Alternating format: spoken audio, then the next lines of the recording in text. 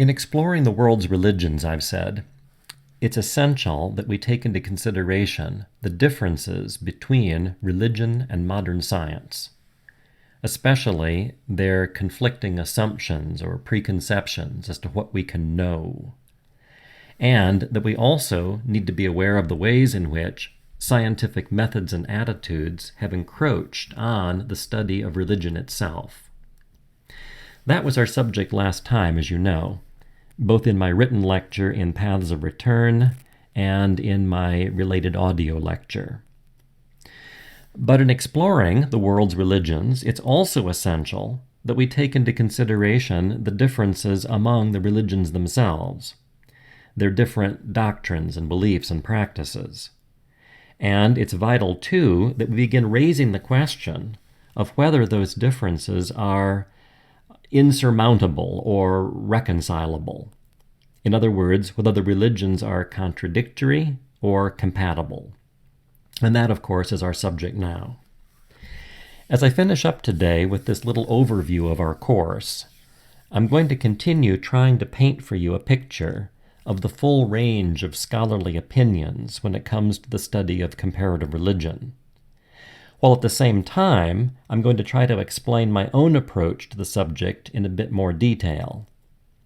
It's important for you to know that my approach, my perspective, obviously isn't the only one. Though, needless to say, I myself think it's the best approach and the best perspective, or I wouldn't have chosen it. Whether you agree with this or not, though, isn't important. What is important is that you be aware of the options, and that you try beginning to give some serious thought to where you yourself stand. That, after all, is really what education is all about, or should at least be all about, helping give you the tools to think for yourself. But that's a little bit of a tangent. Let's circle back. Let's bring into focus again the question at hand.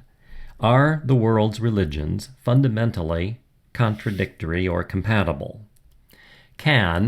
And now look at the bottom of the map here, reading these symbols from left to right.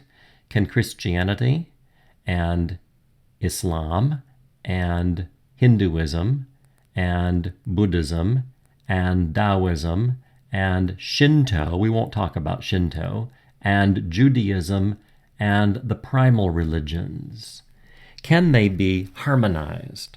Can they be reconciled? Or is there some kind of irresolvable conflict among them? Actually, putting it that way is a little too simplistic. Things aren't really quite so binary, so black and white. It's not just, yes, they're contradictory, or no, they're not, or yes, they're compatible, or no, they're not. There are deeper issues at stake here, having to do with the question of religious truth or validity. And to understand what these deeper issues are, we need to talk for a few minutes about the 6 perspectives that I introduced you to in the written lecture in Paths of Return. Namely, and you'll remember these, I hope, from the lecture you read, atheism, indiscriminate inclusivism, indiscriminate exclusivism, syncretism, discriminant exclusivism, and perennialism. As you may have already guessed, 2 of these perspectives are going to tell you that the religions are contradictory. But they say this for very different reasons. As for the other 4 perspectives, they would all say the religions are compatible, they're reconcilable. But again, they say this for different reasons and with different understandings of what compatibility actually entails. So let's try to look at all this a little more closely. First of all, atheism. Now, obviously, the atheist is somebody who says there's no God. And the atheist is therefore going to say religion is bunk. All the religions are false. They don't make any sense. They don't talk about truth at all. They're just subjective fantasy, etc., etc. An example, one example of dozens or hundreds that I want to use here is this quotation from an 18th century Scottish philosopher, very, very important figure in the modern philosophical world, David Hume. Here's what he says. In matters of religion, whatever is different is contrary. We could say contradictory. It's impossible that the religions of ancient Rome, of Turkey, of Siam, that would be present-day Thailand, and of China, should all of them be established on any solid foundation. All the prodigies of different religions, now by prodigies Hume means miracles, we could simply say miracles. All the miracles, all the miracle claims, all the alleged miracles is basically what he's saying here, of different religions, are to be regarded as contrary facts. And the evidences of these prodigies, in other words, the attempt on the part of the religious people in question to say that their miracles prove or demonstrate the truth of their religion. All these contrary facts, the evidences of these prodigies, says Hume, whether weak or strong, are opposite to each other. So basically what he's saying here is something like this, to put it simplistically. Christians would say, we know our religion is true. Our founder, Jesus Christ, walked on the water. He raised the dead. He himself rose from the dead. Clearly that proves his authority and therefore the truth of our religion. Meanwhile, though, the Buddhist is going to say, the Buddha, Siddhartha Gautama, the founder of Buddhism, also was surrounded by miraculous phenomena from the time of his birth. Many, many things that he did can't be explained in terms of modern science or the scientific laws of nature. He also worked prodigies. He also worked miracles. Therefore, the Buddhist might say that proves the truth of our religion. Hume is basically saying all these alleged miracles, these claims about prodigies, cancel each other out. They can't all be true simultaneously. Why? Because, look at the first line again, whatever is different is contrary. Okay, well that's a good example of an atheist take on the religious traditions. Hume himself, we're not quite sure, may not have been an atheist. He might have been an agnostic. An agnostic is somebody who says nobody can really know the truth either way. Maybe there's a God, maybe there's not. But whether he was an agnostic or atheist, his observation here is a very good example of what atheism says about the religions we're studying. They're all just false. They're all just really, contradictory. They contradict each other. Secondly, we come to the perspective I called indiscriminate inclusivism. I guess you could call this anything goes ism. All the religions, the person who holds this point of view would say, all the religions are equally true. Everything anybody has said about God or about the afterlife or about the ultimate path of human fulfillment, anything goes, they're all okay, different strokes for different folks. All the religions are true. A passage here from a book entitled Philosophical and Religious Pluralism expresses this pretty well. All religions are basically the same. No one can know the ultimate truth about God in a way that invalidates other people's religious opinions. It's arrogant to say that you've got the truth. It's arrogant to try to persuade other people to believe what you believe religiously. That's relativism, pluralism. The relativist is the person who says there are no absolutes. The pluralist is somebody who says the plurality or diversity of opinion is perfectly fine. Nobody's right, nobody's wrong. Everything is equally acceptable. All religions are basically the same. So obviously, this person, the indiscriminate inclusivist, is going to say the religions are compatible. In fact, they're basically interchangeable. No one is any better than any other one. Thirdly, the opposite form of indiscriminate opinion. Now we've got indiscriminate exclusivism, not inclusivism, but exclusivism. And this is the perspective which says, as you know, only one religion's true. All the others are completely and totally false. Only one religion can save you. All the others are going to lead you to hell. And my little graphic here, you've got one arrow coming in and pointing to the door with, I guess, a sky or clouds and therefore obviously symbolically heaven on the other side of the door, but multiple arrows on the right pointing you to a door leading to some kind of fiery furnace, obviously to damnation and hell. Only one religion is true. So this person is going to say the religions clearly contradict each other. Only one can be true. All the others are contrary. All the others are opposite. all the others are going to lead you in the wrong direction. Now, the indiscriminate exclusivist is going to have a pretty good argument for his position, at least on the surface, and let's leave it right there for right now, at least superficially. He's going to be able to show you pretty easily from the scriptures of both Christians and Muslims texts in their sacred texts, in their sacred scriptures, which would seem to support the idea only one religion is true. So you might quote John 14:6 if you're a Christian from the Christian New Testament. John 14:6, Jesus is speaking, I am the way, the truth, and the life. No one comes to the Father except by me. Jesus is the only way to God. Jesus is the only way to be saved.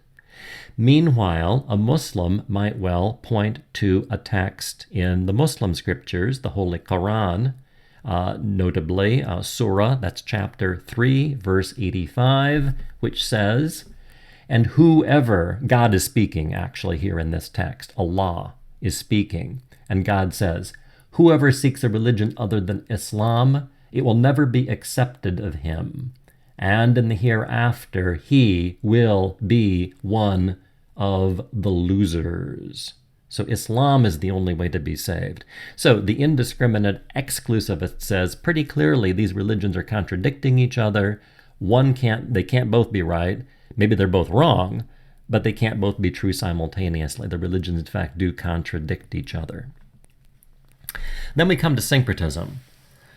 Syncretism is also a perspective which would accept or promote or support the idea that the religions are compatible, provided you select kind of carefully.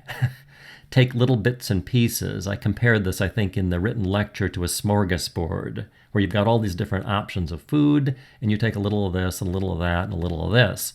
Well, that's how the syncretist operates with respect to religions. They're partly true, each is partly true, but you need to sort of take little bits of each one in order to put together something that's fully true or totally true. The graphic here, the image I put in front of you here, is an image, a picture that often goes with a poem, which I'm about to show you. A poem called The Blind Men and the Elephant. Let's come back to the picture for a second. You've got all these guys, you're to understand that they're blind, standing around a big old elephant, and each of them is touching a different part of the animal. They can't see what's in front of them, but they can get some sense of what's going on by their touch, right? Okay. So the poem, funny little poem, fun poem, it was 6 men of Indostan, learning much inclined, who went to see the elephant, though all of them were blind, that each by observation might satisfy his mind. Now, I won't read each of these stanzas, but basically, each of the blind men touches a different part of the elephant and concludes, well, the first one by touching its side, that the elephant is a wall. The second takes a hold of the tusks, says the elephant's a spear. The third grabs a hold of the tail, the trunk, and says, oh, well, the elephant is like a snake. The fourth puts his hand out and feels about the knee and says the elephant must be very like a tree. And then the fifth touches the ear and concludes that the elephant's like a fan. The sixth is the one that grabs a hold of the tail and says the elephant is like a rope.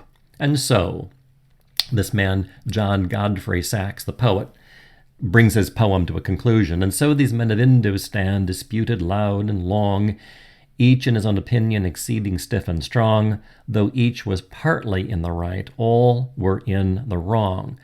And then the moral.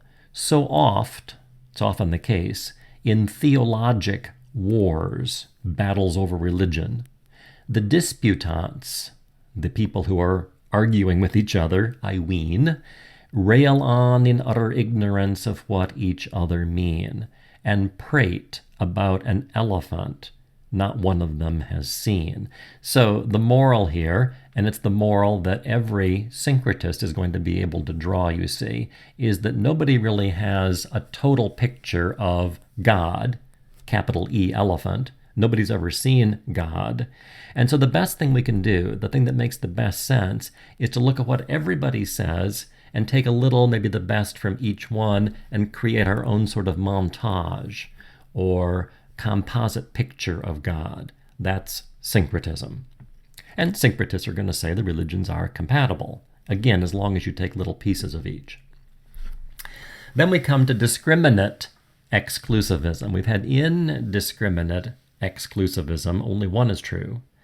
The discriminant exclusivist says only one is completely true, but that doesn't mean that the other religions can't contain some of the truth, partial truths, perspectives on truth, even if they don't have the whole picture, the whole story. And as an example of that, I'm giving you a quotation here from a document issued by John Paul II, the Pope, back in 2000, in a declaration called Dominus Iesus. And here's what's said in this document by the Roman Catholic Pope of that time, John Paul II. With the coming of the Savior, Jesus Christ, God has willed that the Church, and of course the Pope is talking about the Roman Catholic Church, but we could expand that a bit and say Christianity. God has willed that the religion, Christianity, the church founded by him, should be the instrument for the salvation of all humanity. However, this truth of faith does not lessen the sincere respect which the church has for all the religions of the world. At the same time, it does rule out in a radical way that mentality of indifferentism, characterized by a religious relativism, which leads to the belief that one religion is as good as another. So the Pope is saying, okay, we know that Christ saves. That doesn't mean that we can't respect other religions, but it does mean that we can't be indiscriminate inclusivists saying anything goes. That's relativism, and the Pope, the Church, Christianity rejects that. If it's true that the followers of other religions can receive divine grace, and the Pope, the Church, is saying they can, we should respect them because they do in fact have bits of grace. They have the Spirit of God working in them. Nevertheless, it's also certain that objectively speaking, they, people who follow other religions, are in a gravely deficient situation in comparison with those who, in the church, have the fullness of the means of salvation. So a rather complicated phraseology here, but you see the point again. One religion, the Pope says, is completely true, and that's Christianity. Others can contain partial truths, and that's cool, but that doesn't mean we can place them on the same level as Christianity. Christianity is the best one because it's the fullness of truth. Okay, so that would be discriminant exclusivism. Compatibility here would be, yeah, they are compatible, religions are compatible, but you still have to privilege and prioritize one of them. And that's, of course, the religion that you happen to follow, in this case, Christianity. And then finally, the sixth of the perspectives I outlined in Paths of Return, we called perennialism, after the analogy with a perennial flower that comes up every year. And the idea here is that the truth, God, revelation, has, as it were, blossomed forth periodically at different points of history, and the blossoms are the world's major religious traditions. So perennialists say more than one religion, though not every religion, is fully true. So you see now the perennialist is distinguishing his perspective from several others we've looked at. You can't be, you're not, if you're a perennialist, you're not an indiscriminate exclusivist, because the indiscriminate exclusivist says only one religion is true, and the perennialist says no, more than one is. But you're also distinguishing yourself from the indiscriminate inclusivist because you're rejecting the hypothesis that every religion is true. No, not every religion is. Only certain traditions are true. But each of them is fully true. So you're differentiating yourself from the perspective just articulated by the Pope, who said only one's fully true, the others have partial truths. So the perennialist wants to say there are different, more than one, not all, but there are several world religions, major religious traditions, each of which, now to use the imagery here, can take you from the base all the way up to the top of the mountain. And of course the top, the summit of this mountain, obviously is a symbol for God. There are several, not all religions, but there are several salvific traditions, religions that can actually save you. They're true, and true enough, fully true, to get you all the way to the top of the mountain to God. And I'm basing, of course, what I'm saying here, the imagery here, on the essay that you read in A Book of Saints by this Hindu gentleman, Ananda K. Kumaraswamy, his essay, Paths That Lead to the Same Summit, Some Observations on Comparative Religion. And here's what he himself says, a passage from that article. There are many paths that lead to the summit of one and the same mountain. Their differences, now notice this, the differences between these paths will be more apparent the lower down we are. But as you get closer and closer and closer to the top of the mountain, he says, they vanish. They vanish, the differences vanish at the peak. So the picture you are meant to have here is of paths beginning at very, very different points. I mean, imagine a mountain, for the sake of the argument here, so huge, so vast, that on one side of the mountain, at the bottom, you're actually, let's say, in the tropics. And on the other side of the mountain, 180 degrees the other side of the mountain, you're actually someplace in the Arctic. I mean, that's a huge mountain. So two different climatic zones on each side of the mountain, starting off in very, very different spiritual climates, we could say.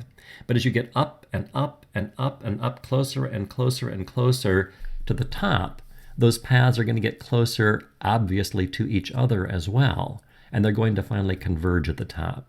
Which is why this man says, to continue, never let us approach another believer to ask him to become one of us. So he's saying Christians ought not to seek to convert Jews. Muslims shouldn't seek to convert Buddhists. Hindus shouldn't be seeking to convert Taoists. They should respect the other as being on a valid path toward God. So let's not approach other believers to ask them to become one of us, but approach them with respect as somebody who is already, this is a clever phrase, one of his who is. So the capital H, his, is obviously God. We should respect other people who are on a path leading to the summit of God as already being one of God's. And he says one of his who is.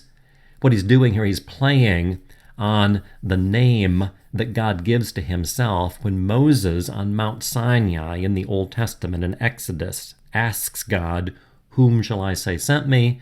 God's answer has been translated as "I am who I am," or "I am the one who is." I am, as it were, pure being. God is pure existence, pure being, beyond anything that we know in this world. So already one of his who is. Now, as you know perfectly well from the reading, and you can already tell probably from how I'm steering this audio lecture, my own favored perspective of these six is perennialism. And so with that in mind, I want to continue and round out this talk today by dwelling a little bit more on what perennialism entails and the perspective I'm going to be using as we go through the class in this term. So first of all, just some other images or analogies for perennialism. The many paths up the mountain is a common metaphor or image for this perspective, but some others that are interesting also as well. Start on the top left. We've got a hand, and each of the fingers is saying something a little bit different. What they're doing, they're all expressing the plural of the word you. So yuns is a dialectical variant of the word, the plural for you. Yous is also a dialectical variant. Y'all, you can see that, and you all know what that is. That's the plural of you. Yiz, I believe that's somewhere in the Delaware Valley, northern Appalachian region. That's the dialectical way, the particular dialectical variation on how you say you in the plural. These are all dialectical variations of a common language. And so the point being, the religions are often said to be dialectical variations. There are dialectical differences between the religions, but they all, in fact, fundamentally, deep down, are speaking the same divine language. Come down below that. We've got an image here, a circle with multiple radii. And so some people say, well, the religions are like radii of a single circle converging on the center, which is obviously God. Another analogy, the religions are like the colors of the rainbow. So it's all really light. All the religions are spiritual, light-bearing something vehicles, but they have different colors. They're different parts of the spectrum of the rainbow. And then the top right, this is maybe the most useful one here for the point I want to make next. It's possible to say the religions are, as it were, outwardly like human bodies. And bodies differ. Some are tall, some are short, some are slim, some are not so slim, some are black, some are white, some are male, some are female, some are whatever. They have different complexions, different hair colors, different eye colors, differences of all kinds on the outside. But if you open a human being up, and we've got a torso here laid open in front of us, you'll see that all human beings have the same organs. They've all got a heart, they've all got lungs, they've all got stomachs and other digestive apparatus on the inside. Okay, well, the point here, of course, is an essential point, an essential distinction for the perennialist. We're not to confuse the outward and inward, or to use the language that I used in the lecture you read, the exoteric and the esoteric. Exoterically, outwardly, the religions are obviously different from each other. You know, a couple of examples that I gave in Paths of Return, just when it comes to the idea of God. Islam says there's only one God. Hinduism talks about 330 million different gods. While Buddhism says, oh, I don't care about God. The question of God is irrelevant to being a Buddhist. And you go, whoa, you know, they can't all be right. This can't all be true. But the question is whether, if we peel back the surface and look inwardly, esoterically, at the religion as it were from the inside out, might we there find a surprising commonality, or even unanimity, or compatibility? So, admittedly, contradictions for sure on the outside, but could there be inward compatibility? I'm using a couple of other terms on this slide. So on the exoteric side, I've got a Greek word, kerygmata, and over here under esoteric, I've got a Greek word, mysteria. Kerygmata in Greek means things that you preach publicly, things that you talk about, you know, sort of out in the world to just whoever's there in your audience. Whereas mysteria are the things that you keep back. You know, we talk about holding your cards close to your chest. Mysteria are things to be revealed only to insiders, only to people who share your perspective already. And I'm taking these ideas, taking these terms from a passage, very important passage, in St. Paul's first letter to the Corinthians, the quotation at the bottom of the screen, chapter 2. Paul says, and I quote, "When I came to you, brethren, I did not come proclaiming to you the testimony of God in lofty words or wisdom. I decided to preach nothing among you except Jesus Christ and Him crucified." Now, those words in English, proclaiming and preaching, have to do with kerygmata. These are the things that I told you up front, right out in front, no secrets, no hiddenness here when I came to you, Jesus Christ and Him crucified. But, Paul goes on, among the mature, people more spiritually advanced in the faith, we do impart wisdom, a secret, hidden wisdom of God. Now here's where mysteria comes in. A mystery is something that's hidden and not revealed except to people who are ready to understand and accept and adapt to it and grow from it and be transformed by it. We have a secret and hidden wisdom of God, which God decreed before the ages for our glorification. Now, by the way, when Paul says glorification here, he's talking about what I called in my last lecture, transformation, the highest possible level of participation. So again, my point is, outwardly, for sure the religions are different. Nobody's going to disagree or complain about that. It's a question of whether down deep there are what I called in Paths of Return, esoteric commonalities, inward dimensions. And of course, I labeled 4 of those in the lecture you read: truth, virtue, beauty, and prayer. Is there a common truth? Is there a common understanding of virtue? Is there a common understanding of what constitutes beauty? Or is there a common understanding of how we should pray? Deep down in the religions, once we have scratched and dug down through the surface, the perennialist says, yep, there is. Let's just take again the whole question of God and the differences in understandings of God. And let's, for the sake of an illustration here, focus on what I call the aesthetic configuration of God, portrayals or expressions in picture, in symbols in the different religions of God, and see what's at stake here from the perennialist point of view. So here's a Christian, a very, very classic, very powerful, very important, influential picture of God in the Christian tradition. Christians will recognize that we've got a picture or a portrayal or an expression of the Trinity, right? Christians believe God exists in three distinct persons: Father, Son, Holy Spirit. The Father is the figure on the left. The Son, Jesus Christ, is the figure in the middle. The Holy Spirit is the figure on the right-hand side. So the Christian looks at that and says, well, that's God. That's an expression of God. That shows me something essential about God. Meanwhile, the Muslim says, well, that doesn't look like God to me. Here's how I express God. Here's how I show forth God. Here's how I aesthetically configure my understanding of God. For one thing, I think there's only one person of God, not three. I insist on God's radical simplicity, unity. And when I try to show God forth, I don't picture him. I don't draw a picture. I don't have an icon. I don't have an image. In fact, I regard that as blasphemy. But what I can do and do is write God's name in calligraphy, in beautiful writing. And here's how that looks. This is the name of God in Arabic. And Arabic reads, by the way, from right to left. So this is Allah. Allah. Allah is God's name, revealed by God himself in the Holy Quran. So that's God. On the outside, that's very different from that. Here's how a Hindu might express, configure, aesthetically show us the divine God. And you go, oh my Lord, that's pretty different.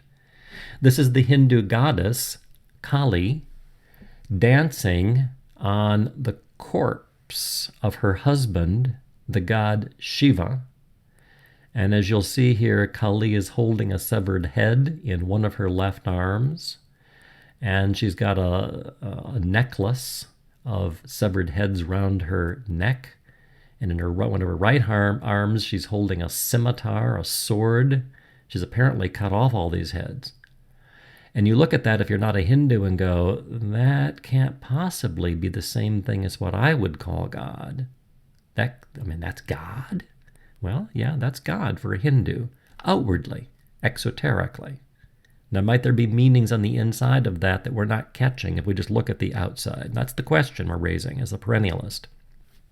Or finally, here's how a Taoist, Taoism is one of the ancient religions of China that we'll talk about later on in the course. That's how a Taoist would configure the divine, the absolute, the supreme reality. That's what we call the yin-yang symbol, of which we'll speak more later on this semester. I'm going to leave it at that for right now. I just want you to see the differences. Now, again, you say to yourself, well, these can't all be true. They can't all be pointing in the same direction. They're just radically different. All right, but here, let's look at an analogy here. Think about this. There's that, right? That's an Arabic numeral. And there's that. That's a word in English. And then there's that, and we call that a Roman numeral, right? And then there's, and this is the strangest one maybe at first, there's that, which is the same thing in base 2. So we've got 0 units and 0 twos, but 1 2 squared, and 2 squared is 4. So that is the same as the Roman numeral, is the same as the English word, is the same as the Arabic numeral we looked at, and they all mean that, many fingers, right? Can you see the point that I'm making? Or another example, just let's double this now for the fun of it. There's that, an English word, and you all recognize that word, I'm sure. You probably don't all recognize that word. It's Russian, vodi. Well, it turns out it means what that word means. Then there's that. That's a Chinese ideogram, one of the Chinese characters. Shui, if you know Chinese, forgive me. It would be transliterated S-H-U-I, so it looks like shui.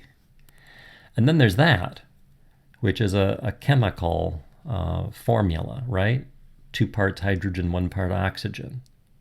Well, we know that the English word, the Russian word, if you looked it up in a dictionary, you'd know that the Chinese word and that formula all mean that, even though they're quite different on the outside. So the question the perennialist, or at least this perennialist, is trying to get you to consider right now is whether that and that and that and that, however outwardly different they look, might still esoterically all mean that. That's the question. We're not going to answer the question today. We don't have enough data in front of us. We have to look and study and examine the religions a little bit further before we can begin trying to answer it. But I'm raising the question today. Could all of those actually mean God? Back to Coomaraswamy for a second before we conclude this. This man, Ananda Coomaraswamy, again, is an exemplary perennialist writer. The essay you read, I realize, is pretty demanding and difficult. In fact, I can tell you right now, it's the most demanding and difficult piece of reading you'll do in this course. So it's all downhill from here. You can breathe a sigh of relief maybe. But it's a very, very important piece of writing. And I wanted to single out just these 3 passages and read them and just talk a little bit about them here so you understand what he's saying and understand again a little bit more maybe about the perennialist point of view. Quotation from page 9 of A Book of Saints, if you want to look back and see that in context. The proper objective of an education in comparative religion, and of course that's what we're up to in this class, we're trying to study comparative religion.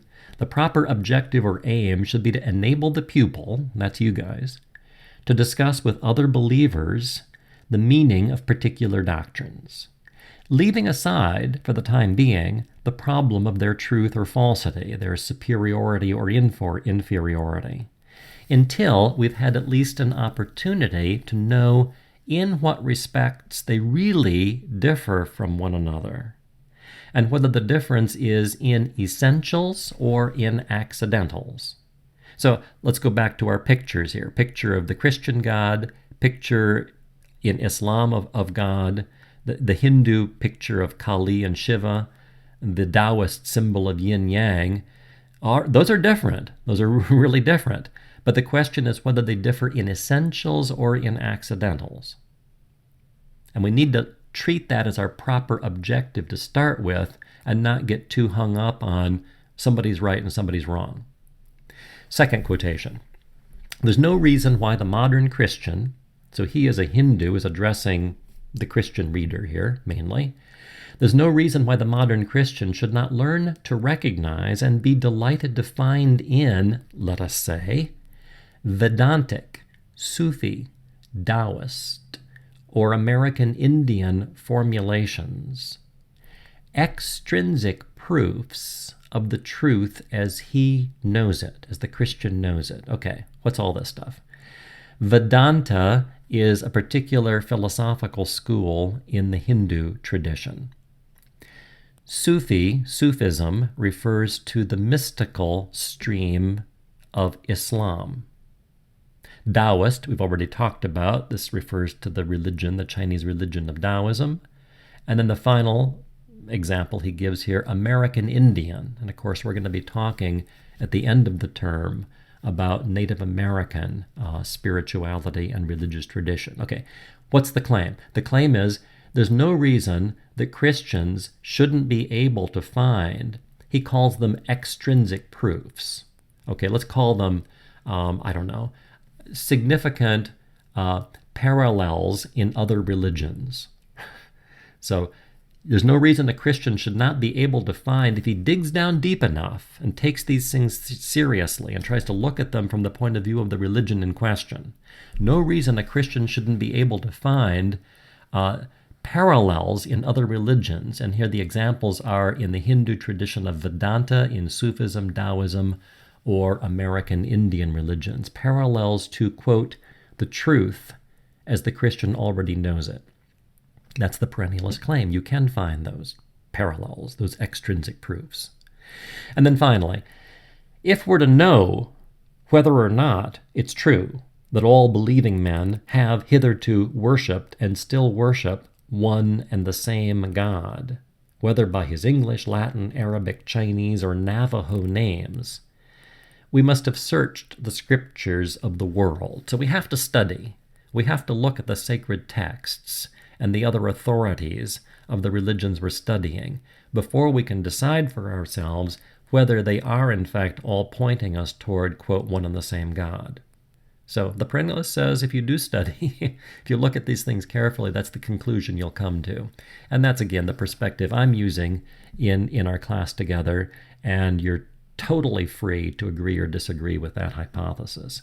If you agree, though, if you come to the conclusion at the end of the term that this is in fact a legitimate way of approaching the religions, you will be able to see, let's go to this slide, that Hinduism, Buddhism, Confucianism, Taoism, Judaism, Islam, Christianity, and the religion of the Plains Indians are all, now you see what I'm doing here? I'm using the expanded definition of religions in the plural that came right at the end of my written lecture in Paths of Return. Take a look at page 19 if you'd like to go back and take a look at that.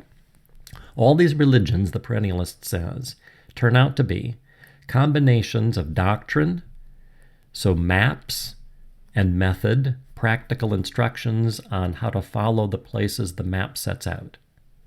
Combinations of doctrine and method which are able to bring the whole human being. And then we broke it down into parts in the lecture you read. The mind, by doctrinal comprehension of truth. The will, by ethical confirmation or virtue. The emotions, by aesthetic configuration or beauty. And the body, by ritual concentration or prayer. Able to bring the whole human being with all of those parts into deifying union with the supreme spiritual reality. Deifying union here is what Paul meant in the passage we read a few minutes ago by glorification, and it's what we meant in our last lecture by transformation. So that's the claim, the perennialist claim. All the religions are able to do that. All these religions that we're going to be studying are able to bring about that final climactic goal of transformation, deifying union. All right, well, I'm going to end up right there, actually with one more slide, and I'll just put it this way. If you're a perennialist, you can see that that's funny. And I'll leave it to you to see whether you think that this cartoon is funny or not. So, until next time.